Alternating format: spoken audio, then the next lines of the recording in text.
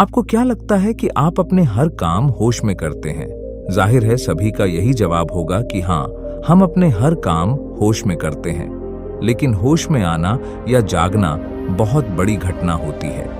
आज हम जानेंगे कि जागृति का क्या मतलब होता है। शुरू करते हैं गौतम बुद्ध की प्रेरणादायक कहानी। क्या आप भी सोए हुए हैं? एक समय की बात है, एक व्यक्ति गौतम बुद्ध से बहुत प्रभावित था। वह हमेशा सोचता था कि ऐसी कौन सी विशेषता है जो बुद्ध को बाकी लोगों से अलग बनाती है। इसी प्रश्न का उत्तर खोजने के लिए एक दिन वह व्यक्ति बुद्ध के पास गया। उसने गौतम बुद्ध को प्रणाम किया और कहा, बुद्ध, मेरे मन में आपसे जुड़े कई सवाल हैं। क्या आप मेरे सवालों का जवाब देंगे? बुद्ध मुस्कुराए और बोले, बिल्कुल, मेरा काम ही लोगों के सवालों का उत्तर देना है। पूछो, क्या पूछना चाहते हो? व्यक्ति ने पूछा, बुद्ध, आप इतने महान कैसे हैं? क्या आप भगवान हैं? बुद्ध ने जवाब दिया, नहीं, मैं भगवान नहीं हूं। व्यक्ति ने फिर पूछा, तो क्या आप भगवान के भेजे गए दूत हैं जो हमें ज्ञान देने के लिए इस धरती पर आए हैं? बुद्ध ने फिर से मना किया, नहीं, मैं भगवान का दूत भी नहीं हूं। व्यक्ति ने हैरान होकर कहा, अगर आप भगवान नहीं हैं और न ही भगवान के दूत हैं, तो फिर आपकी महानता का क्या कारण है? क्या आपके पास कोई अलौकिक शक्ति है जो आपको इतना खास बनाती है? बुद्ध ने उत्तर दिया, नहीं, मेरे पास कोई विशेष शक्ति भी नहीं है। यह सुनकर व्यक्ति और भी चकित हुआ। उसने पूछा, फिर आप कौन हैं? ऐसा क्या है जो आपको अलग बनाता है? बुद्ध ने शांति से कहा, मैं बस एक जागरूक अवस्था हूं, मैं जागा हुआ हूं।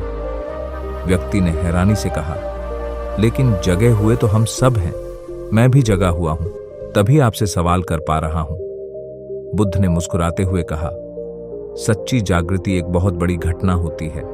तुम वास्तव में जागे हुए नहीं हो, बल्कि सोए हुए हो। तुम्हारे सवाल पूछने का कारण यह है कि तुम किसी रहस्य की तलाश में हो, लेकिन यहां कोई रहस्य नहीं है। मैं एक ऐसी अवस्था में हूं जिसे बुद्धत्व कहते हैं। जो इस अवस्था में रहता है वही सच्चे अर्थों में जागा हुआ होता है।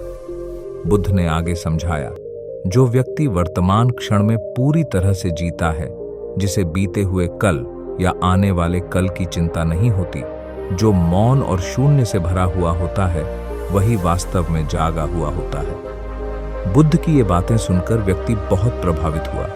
उसने कहा, लेकिन बुद्ध, हमें तो कभी ऐसा नहीं लगता कि हम सोए हुए हैं।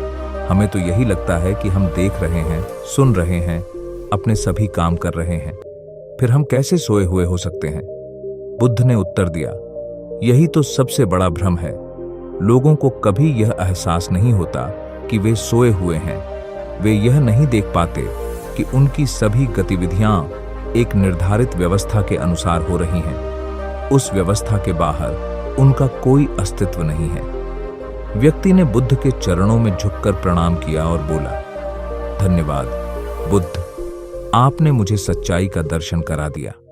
अब मैं समझ गया हूं कि आप जागे हुए हैं और लोग आपकी ओर इसलिए आकर्षित होते हैं क्योंकि वे भी भीतर से जागने की उम्मीद रखते हैं। उसके बाद वह व्यक्ति बुद्ध को प्रणाम कर वहां से चला गया, अपने मन में जागृति का बीज बोकर। कहानी का संदेश, इस कहानी से हमें यह सीखने को मिलता है कि सच्ची जागरूकता हमारे भीतर की शांति और संतुलन से जुड़ी होती है। हमें भी अपने जीवन में सच्चे अर्थों में जागने का प्रयास करना चाहिए।